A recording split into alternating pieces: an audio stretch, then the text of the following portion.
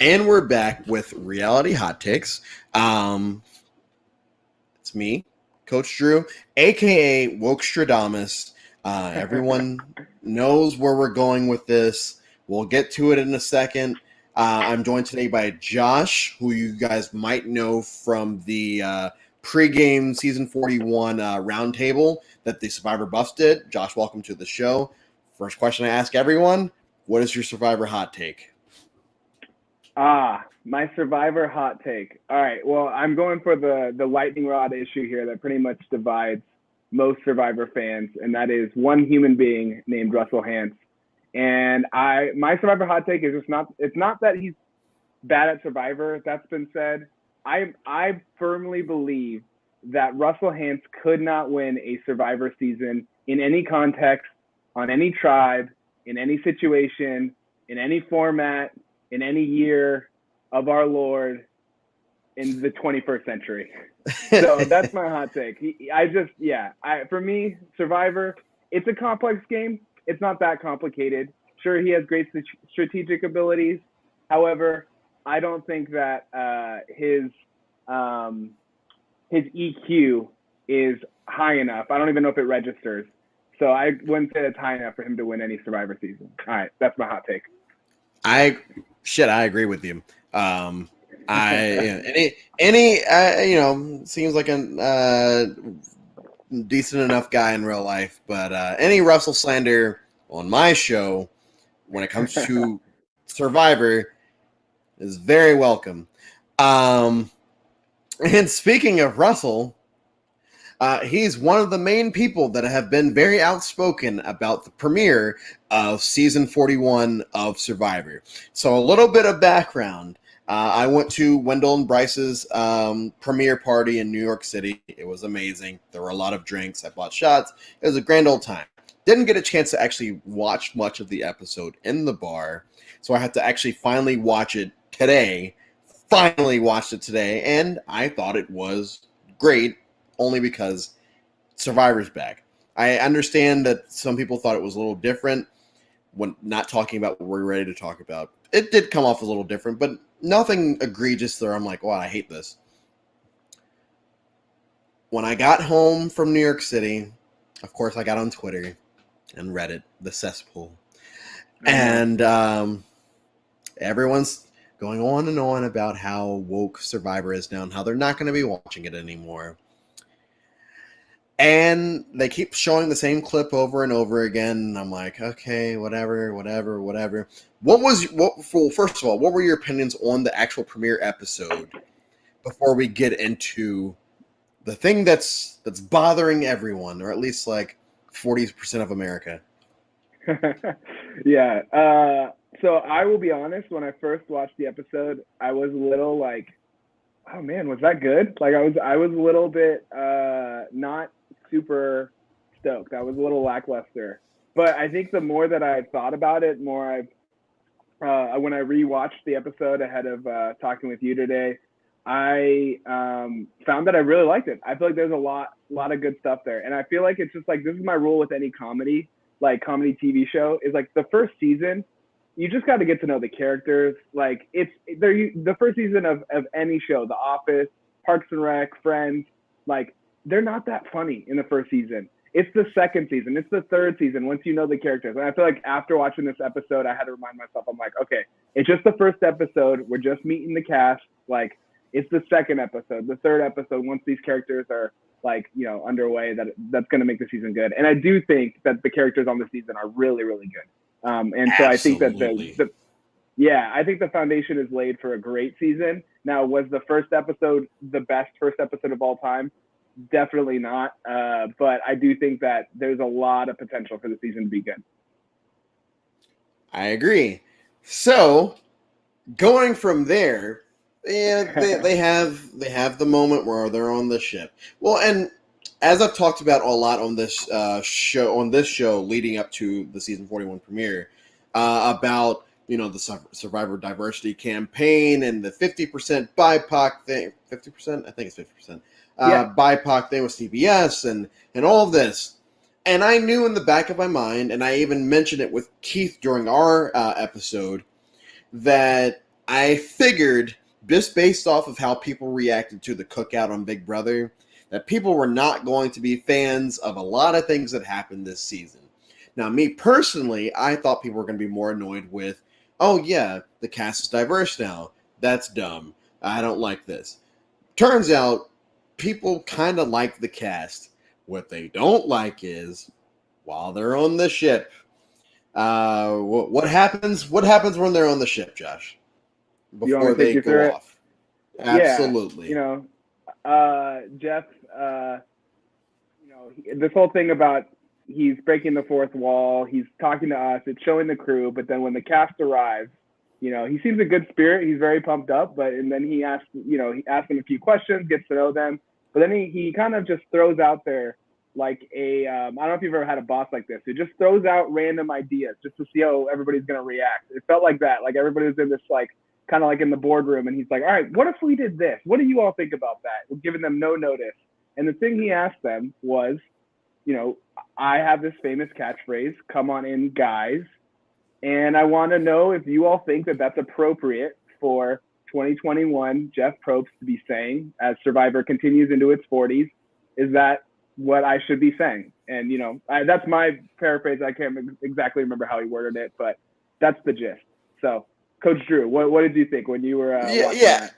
So I just thought it was Jeff continuing where he left off in Winners at War, with the whole Sarah Lucina thing, where it's like, oh man, like, yeah, I've been kind of a scumbag in previous seasons when it comes to women, but now like I'm really about it. And even in season 39 with the whole Dan thing, and he had that one tribal where he's, Dan, I'll never let it go. It's like, okay, Jeff Probst, you're trying too hard, but let's let him. Let's let him try too hard, and let's go with it. So he asks, like, should I still say it? Everyone is pretty much under the same, has the same answer of, yeah, it's fine. Go ahead and say it.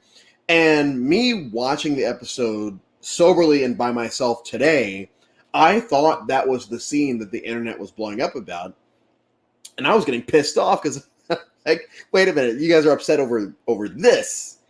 So the episode continues, and before you go on, there's one part absolutely. I left out, which is crucial, is that someone does answer him, right? Evie does give him a response. Yes, Evie. And they, if you don't know, she's clarified this off the show, or they've clarified this off the show, that they go by pronouns both she and they, I believe, and they identify as non-binary with their gender, and so.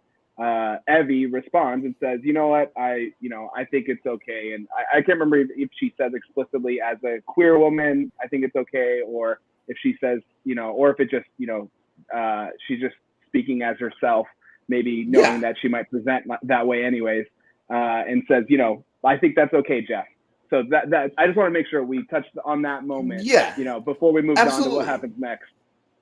So even before we get to the juicy stuff, throughout the episode we're learning about people's backstories, and that's another thing that the internet, the cesspool, has been annoyed about is I listened to an interview that Danny Boatwright did today where she's basically saying, I don't care like what people do behind closed doors and this, that, and the other, but Survivor has to remember that most of their audience are from the Midwest and they don't want to hear and see these certain things. And it's like, Danny Boatwright, I liked you. She's still fine. I still support her win and all that. But I feel like the fact that they have, people like Ricard, who, he has a very progressive. I don't know what phrasing people in the Midwest use, but let's just say they say progressive. He has a very progressive marriage, very progressive family, and I feel like in that moment, and people, even when we get to the challenge, and he says, there's people of color, and people, different sexualities, this, that, and the other, and I feel like that's the moment before he even says what he says. I feel like that's the moment that really triggered certain people to say, "Oh no, this is woke now." I can't watch this anymore. They're talking too much about things that I don't feel comfortable hearing about. And it's like, screw off. I don't want to drop any. I don't want to drop many f-bombs, but piss off, basically. Where that is the world we live in, and amazingly, that's the world we've always lived in. It's just that now they feel more comfortable talking about it, which is great. And it's great that they're on TV and all this. And it's the fact that certain people can sit at home and say, it's too political for me. It's like, there's nothing political about this at all. So, Jeff says, come on in, guys. Ricard says, I don't like guys. Now, I'm not a Ricard fan based off only the game and his pregame press. Just wasn't. Everyone is on the Ricard bandwagon, so I was off of it. Off of it because this too many people is Survivor hot takes. Yeah, your identity is going against the bandwagon. So I know you got to be against Ricard because everybody online loves Ricard. Because everyone is on. Yeah, well, they were until last Wednesday. Well, sure. Now only about half going into the season. Yeah. So I really wanted it to be something where it's like, oh man, this guy's annoying. What he said wasn't the worst. I also felt like they put way too much time into it, but like, I don't personally care that come on in guys is no longer a thing. It does not bother me. I will sit there and watch any episode after this one and like, oh man, that challenge is going really well. Like, I'm not, like, I don't care about phrasing when it comes to, like, it doesn't matter. And it's so frustrating because, yes, me calling the Survivor Reddit a cesspool is usually tongue-in-cheek to a certain extent. But I feel like this season is going to be out of control with it.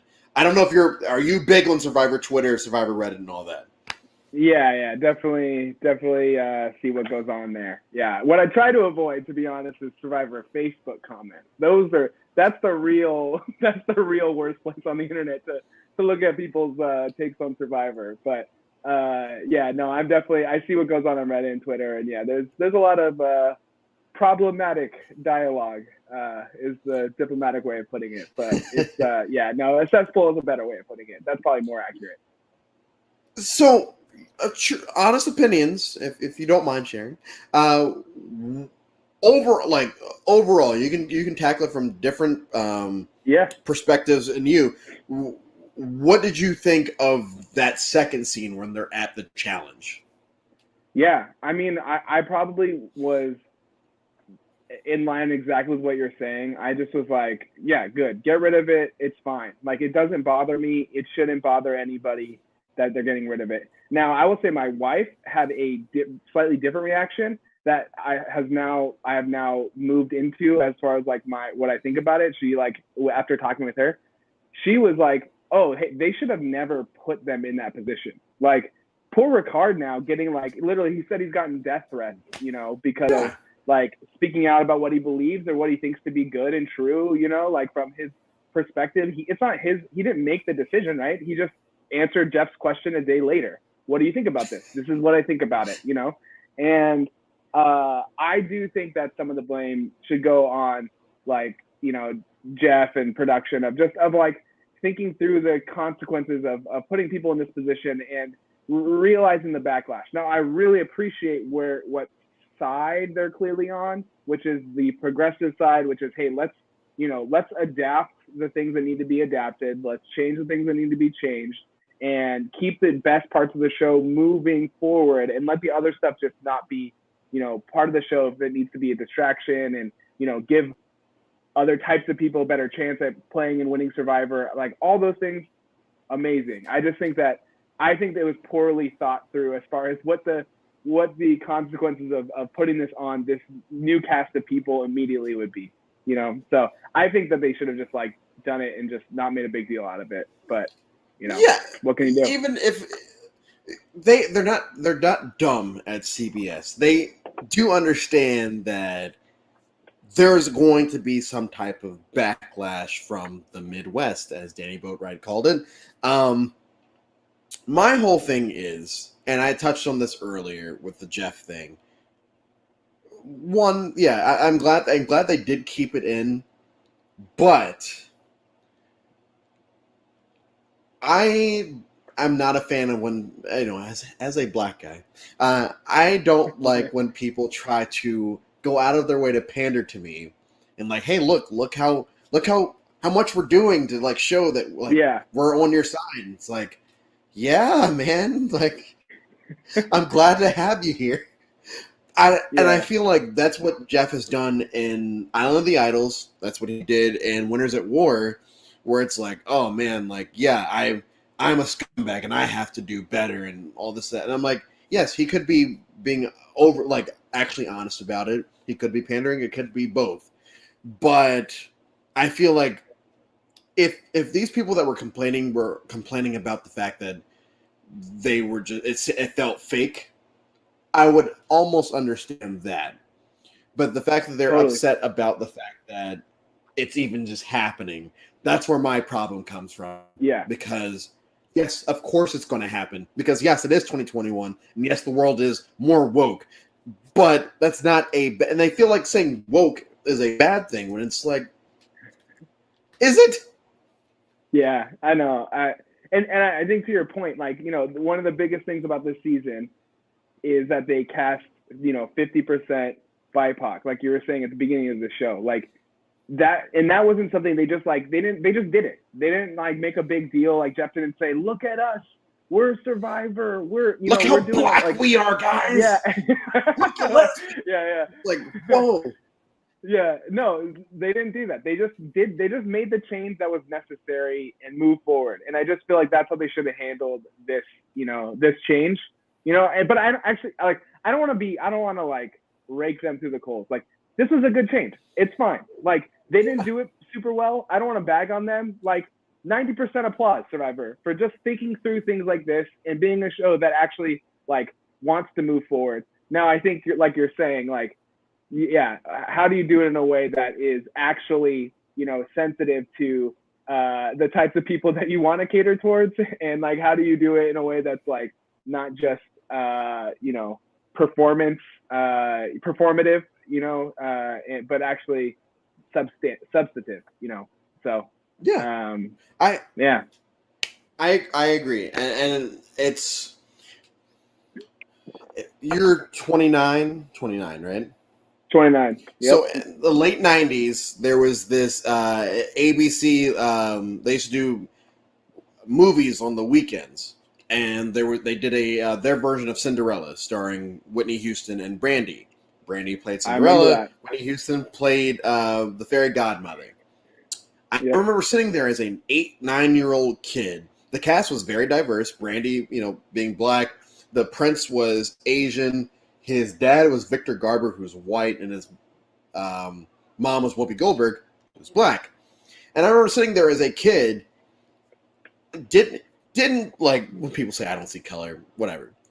I remember sitting there watching it, and it's like, okay, yeah, they're all different races. It didn't matter, and ABC wasn't saying, hey, look at all this diversity, but it still nailed the point home of look at all this diversity without them saying, look what we got. Look what we're doing. And I think that's something that Survivor did do relatively well with, at least with this first episode and leading up to it, where it's like, yeah, they didn't make a big deal about, they announced like, hey, CBS is doing 50% BIPOC.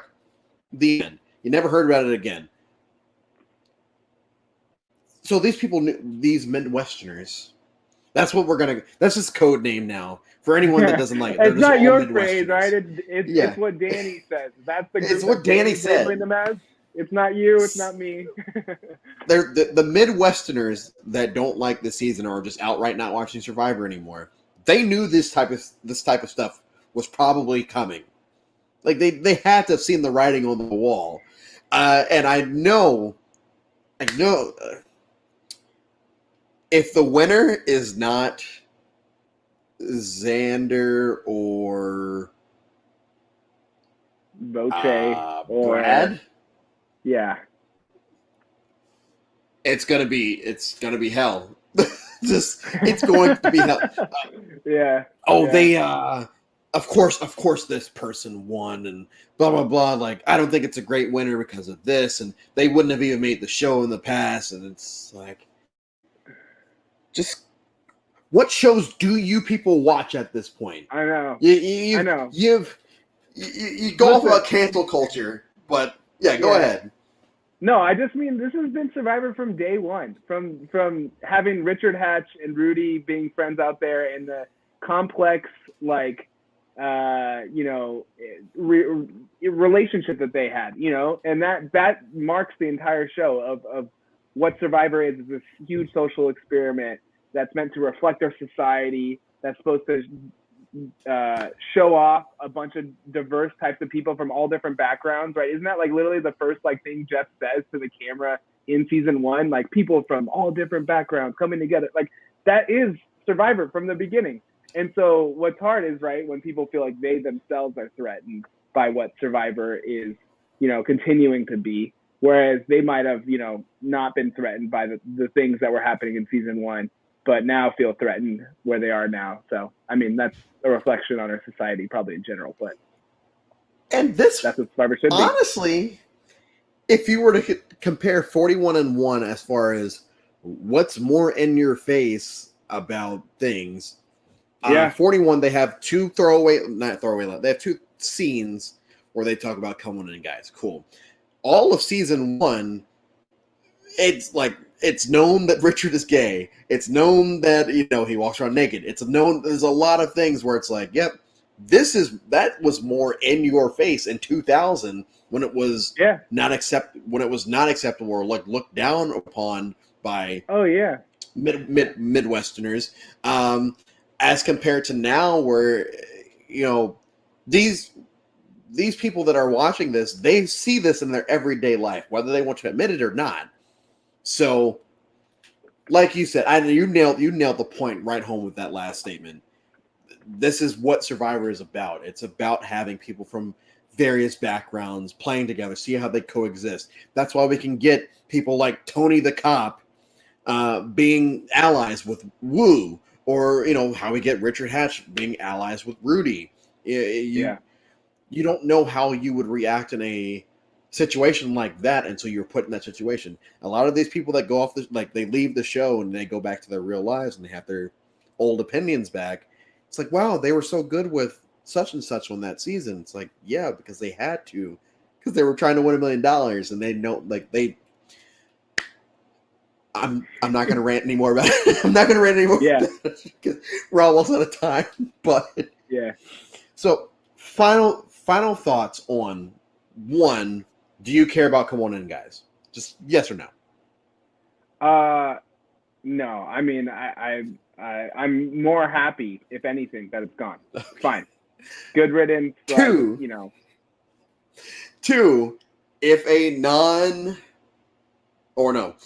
BIPOC and or LGBT plus win the season, do you think that the backlash from the Midwestern community will be the same as it was after this episode? I don't know, because I think, here's the thing. What I think about people is that most people want to see themselves as good people. Like, most people, like, I mean, almost without exception, everybody wants to feel like they're a good person. And yes. I think even the most, like, conservative, the most average kind of, like, conservative person on sexuality issues or gender or whatever, they still don't want to be racist, or they don't want to be bigoted. I don't want to be that way. You don't want to be that way. Nobody wants to be that way. So I don't think that they will consciously or like overtly say like, oh, I'm sad that this person, or I'm upset that this person won. I think that people like that, like people who are people of color, women, LGBT identifying people, like people like that will probably get a lot more criticism than a random white dude who's won the show, a bunch of times the last few seasons. They'll just get a lot of what'll seem like random criticism from fans out there online. And it'll be because they're scrutinized and looked at differently than, kind of this like model we have of a Survivor winner that's been hammered home, into our brains in the Survivor 30s, which is pretty much just kind of a generic, white dude. So I think that there will be backlash, but it won't be like we hate them because they're this way. They won't even realize they Oh hate them. yeah, You know, people will just be extra critical online about them. yes, and I can't wait. I might even have to re-download Reddit so I can actually sit there and just doom scroll, as they call it, all day. It's just like, oh man, I can't wait to talk about this next week.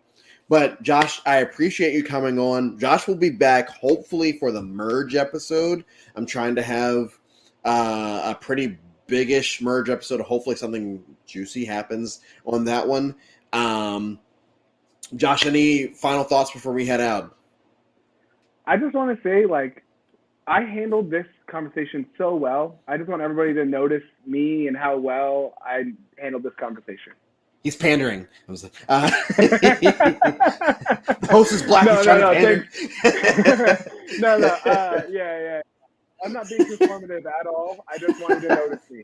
No, I really appreciate you having me on here. I look forward to talking to you after the merge. I'm sure some, juicy, dramatic moments and hot takes will serve themselves our way. So I'll see you there with a few hot takes, man. Perfect. And everyone, thank you all again for tuning in. Make sure to click subscribe as we further our way to 2,000 subscribers. In the meantime, Josh, thank you, and we will see you all on the other side.